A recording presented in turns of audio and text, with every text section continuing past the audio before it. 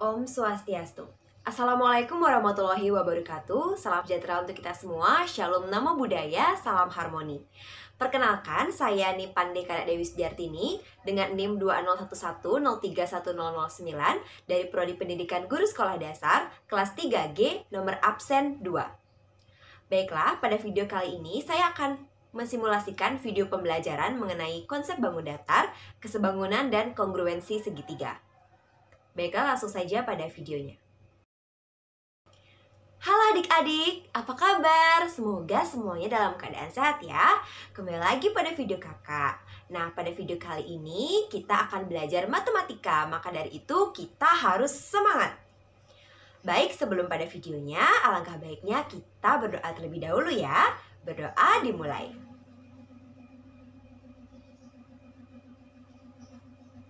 Baik, berdoa selesai. Nah, adik-adik, apakah kalian sudah semangat? Ya, kita harus semangat ya, apalagi kali ini kita akan mempelajari tentang konsep bangun datar, kesebangunan, dan kongruensi segitiga. Sebelumnya, apakah ada yang sudah tahu apa itu bangun datar? Apa itu kesebangunan? Apa itu kongruensi? Apakah ada yang tahu? Baik, karena belum ada, mari kita belajar mengenai konsep bangun datar. Baik, jadi bangun datar itu adalah tergolong ke dalam geometri. Nah, dalam geometri ini ada unsur-unsur pembentuk dari bangun datar. Adapun unsur-unsurnya yaitu yang pertama ada titik, yang kedua ada garis, yang ketiga ada sinar garis, dan yang keempat ada ruas garis. Nah, untuk mengetahui perbedaannya, mari kita belajar sekarang. Baik, yang pertama adalah titik. Titik merupakan suatu hal yang tidak memiliki dimensi. Titik tidak memiliki panjang, tidak memiliki lebar, tidak memiliki tinggi, dan titik itu bersifat abstrak. Namun, untuk memudahkan adik-adik memahami, di sini kakak akan mengibaratkan titik itu atau mengkonkretkan titik itu menjadi sebuah benda yang bisa kita lihat. Nah, kita anggap batu kecil ini adalah titik. Yang kedua adalah garis. Garis merupakan kumpulan titik-titik yang menjadi satu kesatuan yang tidak hinggap di bagian kiri dan kanannya. Jadi, garis itu adalah suatu kumpulan titik-titik yang tidak terbatas. Nah, untuk memudahkan memahami, kita coba lihat pipet ini. Nah, garis adalah kumpulan titik-titik. Titik-titiknya kita kumpulkan menjadi satu kesatuan. Nah, setelah kita bisa melihat kumpulan titik-titik menjadi satu kesatuan yang tidak hingga atau tidak terbatas. Nah, kita beri tanda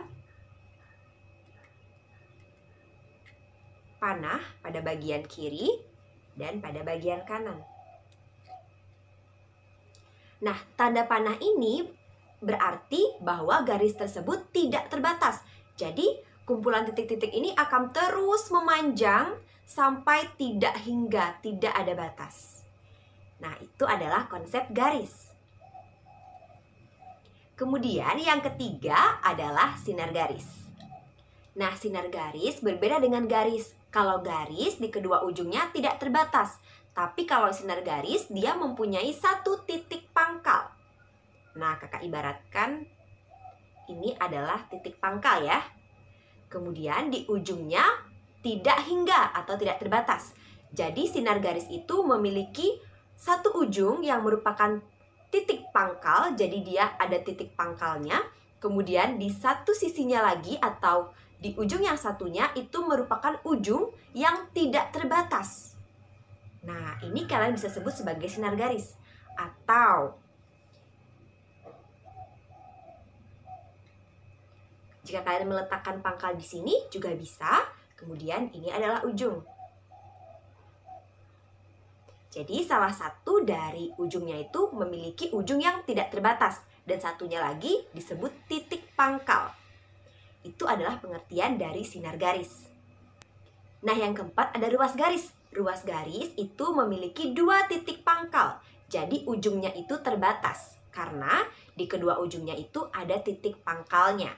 Nah, ini kita bisa ibaratkan dengan ruas garis. Ada dua titik pangkal.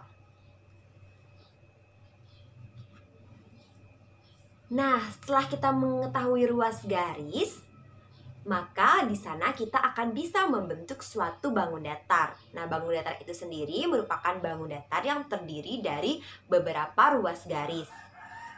Nah, agar lebih mudah memahami, untuk ruas garis yang ini kita ibaratkan dengan lidi ya. Nah, ini kita sekarang menggunakan media lidi yang menyatakan bahwa lidi ini adalah ruas garis. Nah, dalam garis juga ada kesejajaran. Kesejajaran ini bermakna bahwa kedua garis itu sejajar atau tidak berpotongan. Nah, ini garis kakak akan buat menjadi seperti pada garis ini.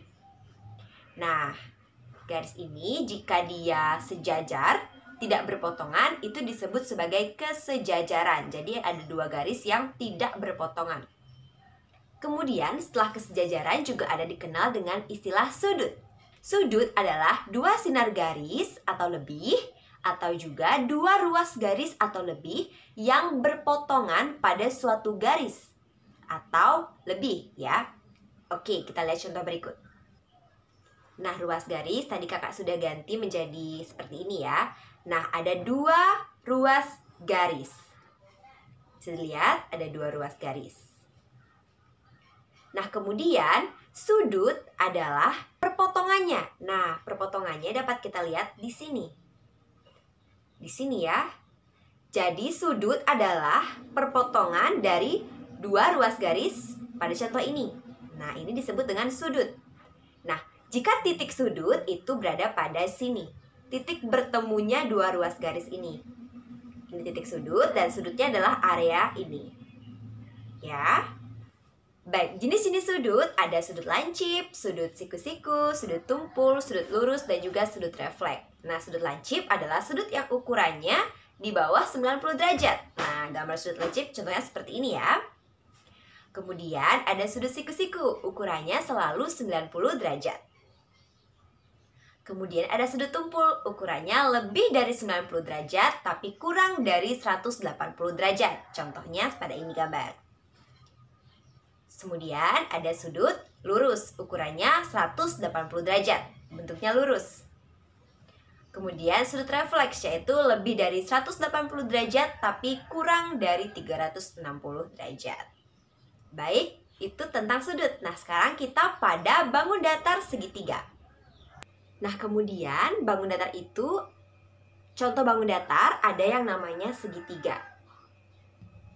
Nah, lidi ini tadi kita ibaratkan dengan ruas garis ya. Jadi, bangun datar ini terdiri dari 3 ruas garis. Nah, bangun yang terdiri dari 3 ruas garis disebut sebagai segitiga. Nah, ini nih gambaran bangun datar dari segitiga yang memiliki 3 ruas garis. Coba kita hitung. 1, 2, 3. Nah, inilah yang disebut sebagai bangun datar dari segitiga. Nah, bangun datar yang dikatakan sebangun itu adalah bangun datar yang memiliki bentuk yang sama. Nah, baik, segitiga ini kakak akan buat menjadi bentuk semi konkret, yaitu ke dalam gambar ini ya. Nah, sama kan? Oke, nah, sebangun berarti memiliki bentuk yang sama seperti pada gambar ini.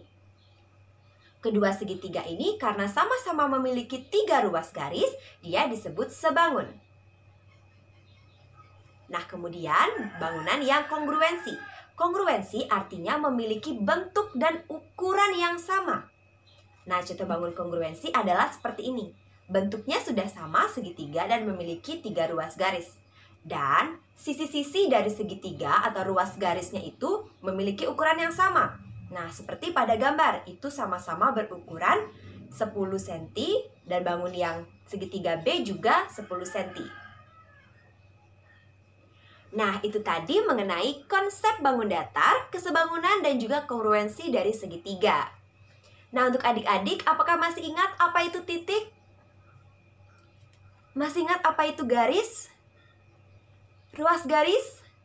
Sinar garis? Kalau sebangun itu bangunnya bagaimana? Kalau kongruen bagaimana?